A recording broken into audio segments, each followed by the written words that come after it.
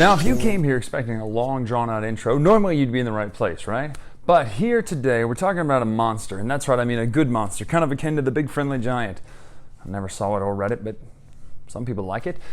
Talking about Twilight Imperium 4th edition. Now, we're going to go ahead and roll the intro music, 10 seconds worth, and I'll be right back.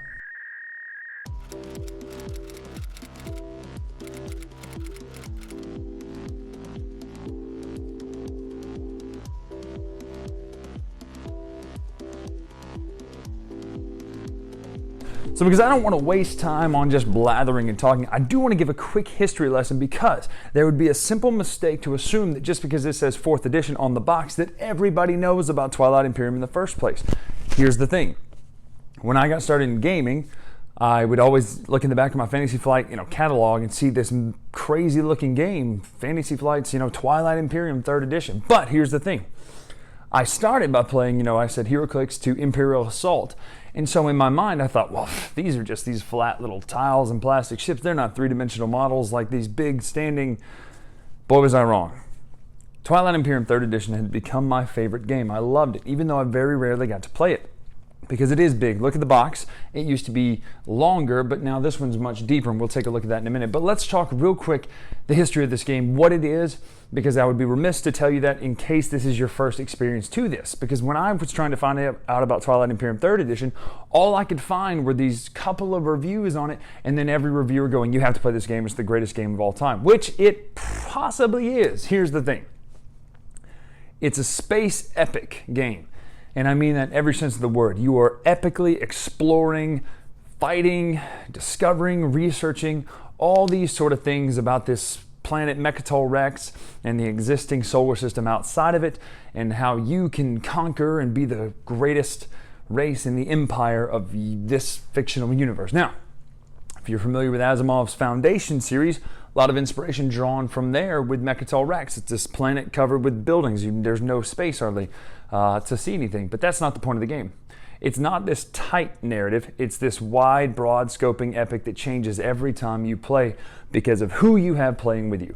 There's political intrigue, there's war, there's research, there's technology, there's moving, there's conquering. It is so good that you really need to play it. But be warned, it's a long one. Unless you have friends who for some reason make the dumbest alliance in the world and give the game to somebody because they think they're going to be able to get those points back with their promissory notes. Spoiler, they weren't, and a 5-person game ended in 3 hours.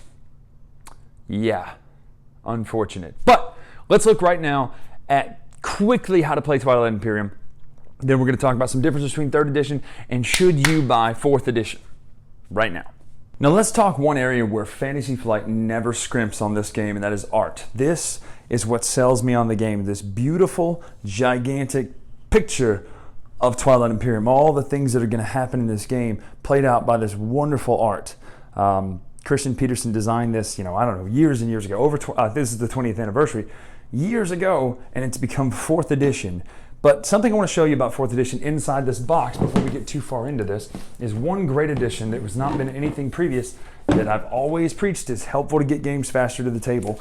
The stuff sits on top. There's an insert into this where stuff just sits, has a place, including the Cruise wormhole nexus thing. So, the Ghost Cruise thing. So fantastic. Let's look real quick how to play the game as quickly as possible. I will miss about 2 or 12 rules because there's so much to the game, but try to get as much in as possible and keep this review under about 20 minutes.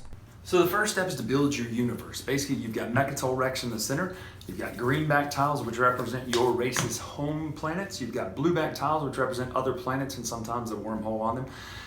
Then you've got redback tiles, which are things like asteroid fields or empty space or supernovas and nebulas. Basically, what you're going to do is you're going to take turns. Everyone's going to get dealt a certain amount of tiles. You're going to go around and place them out in a certain set way and build the universe to where it looks something like this.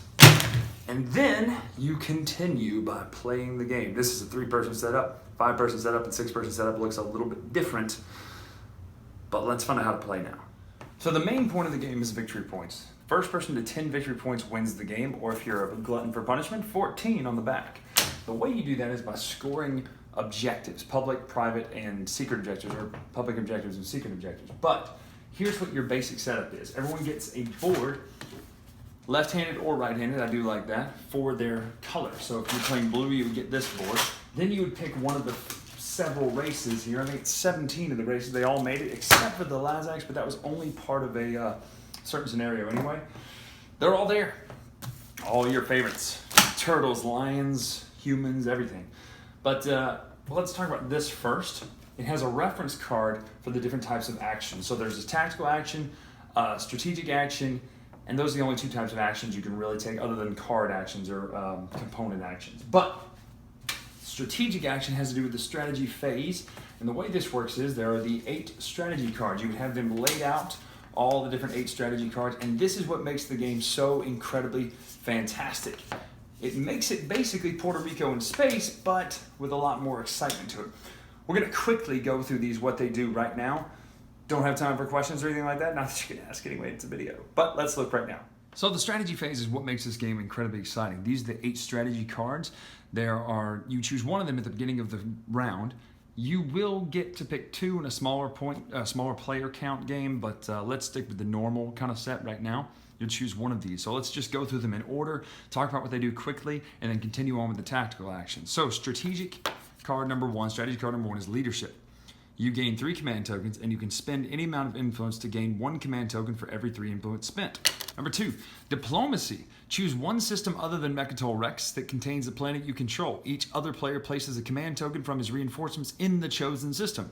Then ready each exhausted planet you control in that system. So the way it works is, you can never move your troops out of an activated system. So if you force someone to put a command token there, they can't move troops out of there. So if they're going to come obliterate you in the next system over, it's a good idea to put this there and stop them from doing it.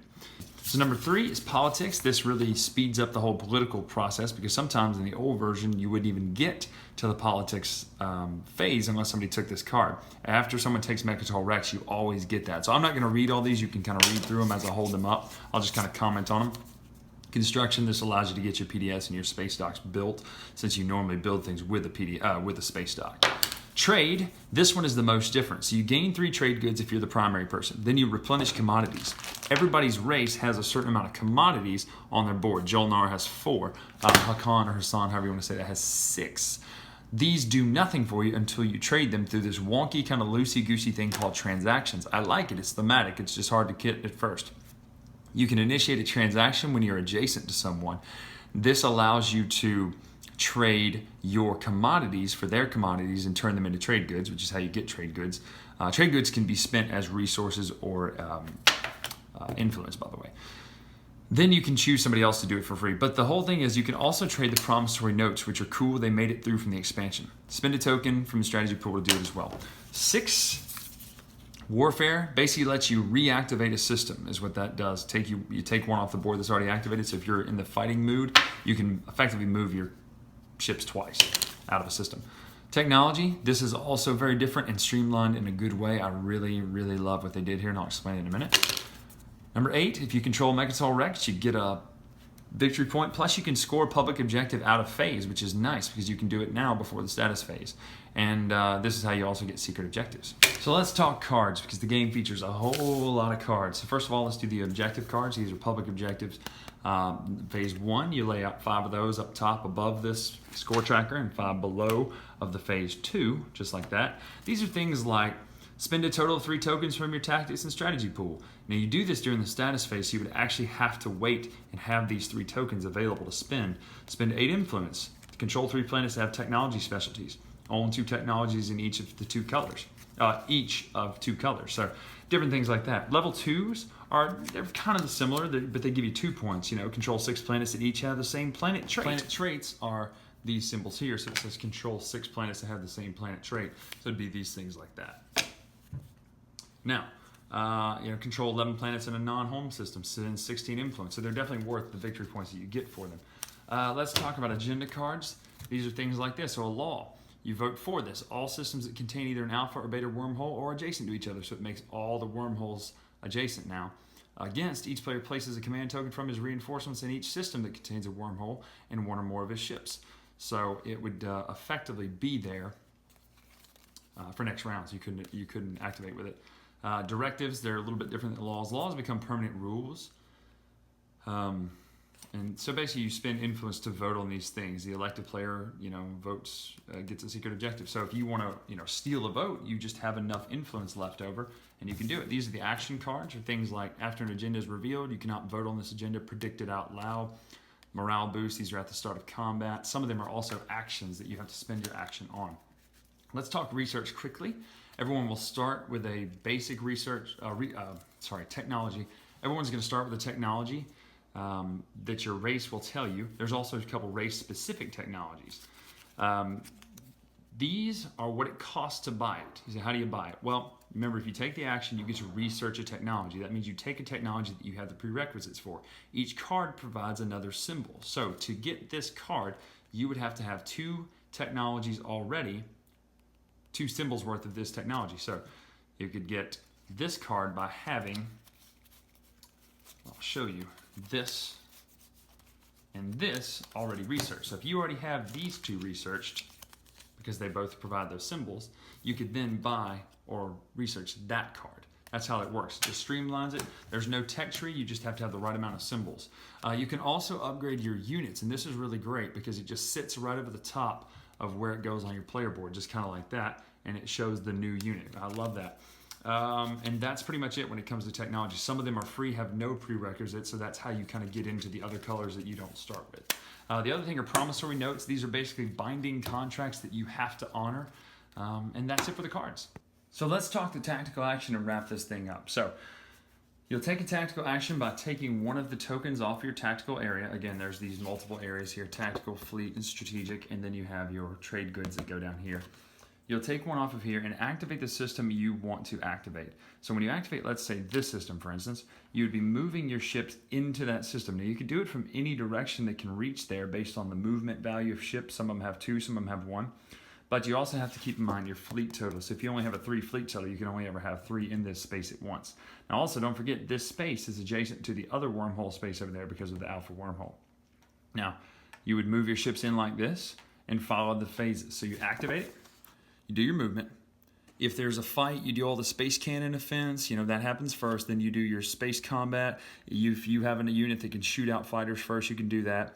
Do all the stuff in combat, which we're not going to cover. If you want to know about it, combat's actually fairly simple. It's just a lot of steps to it. Invasion. Now, to get the planet, you would have to drop a ground unit, which is this little flag, onto a planet. So let's just say you activate here, and you wanted to take that planet. Well, if there's no fight, you just drop a ground unit on it, and that becomes your planet right there. And then you just take the planet card. It comes to you exhausted already. That's it. Then the last phase is production. So if you had a space dock, let's just say this was one of your planets already, and you wanted to activate this system, you could activate the system. Obviously, ships can't move out of it. You could move things into it, but you can also produce at the space dock there. So Twilight Imperium 4th edition, should you get it? Well, it's a complex question. And the answer is simple. Yes, you should. But there's 2 audiences. 1, the people who own Twilight Imperium 3rd edition. 2, the people who didn't. People who didn't, yes, immediately go out and buy this game. The other side, people who had 3rd edition, should you get it? I still think, yeah, it's really that good. Like, the components are so much better. The plastic miniatures look fantastic. They're harder, denser plastic. Even though it's lighter, that doesn't make a lot of sense, but it's, maybe denser is not the right word. Either way, the models are fantastic. They're sculpted great. The component, the art, each planet has been redone. The universe itself, the tiles have been redone. It looks amazing. The mechanics have been streamlined from trading. I love that that's thematic now, even though it's a little bit more complex. I love the idea of trading promissory notes. I love the idea of trade goods and commodities being 2 separate things. I love the researching of.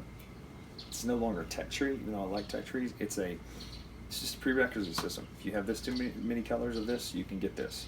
So much easier. And it really makes you want to do the tech much more than it used to. Sorry, I kicked you. But let's talk about some things about it. I really can't think of anything negative. I really can't. Like, there's nothing that I can think of other than somebody saying, well, what about all the expansions that didn't make it? Here's the thing I would say. Things like Distant Suns, things like Leaders, you could probably shoehorn into this version, and it really wouldn't be a problem, especially Distant Suns. You just put the tokens out there. It doesn't really matter.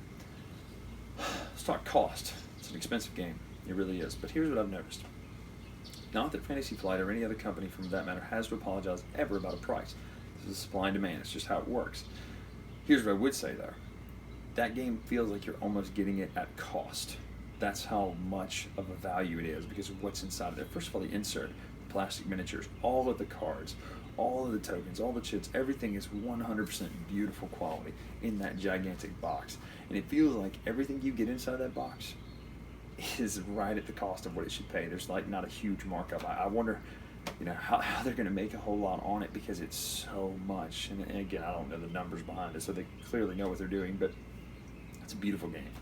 It's worth every penny, and you should get it. If you have 3rd edition, maybe consider selling 3rd edition to get 4th edition. Or maybe you say, I don't want it, Bryan. That's fine. That's totally okay. But I'm telling you, 4th edition is the definitive edition of Twilight Imperium. But it only has 6 players. It's Fantasy Flight. You don't think we're getting expansions for this? I'd give it 6 months to a year, and you'll be saying, man, I need a bigger table for my 8-player game. Truthfully, though, you could probably mix and match some of the old tiles and the new to get 8 players. I'm just saying. But here's the beautiful thing.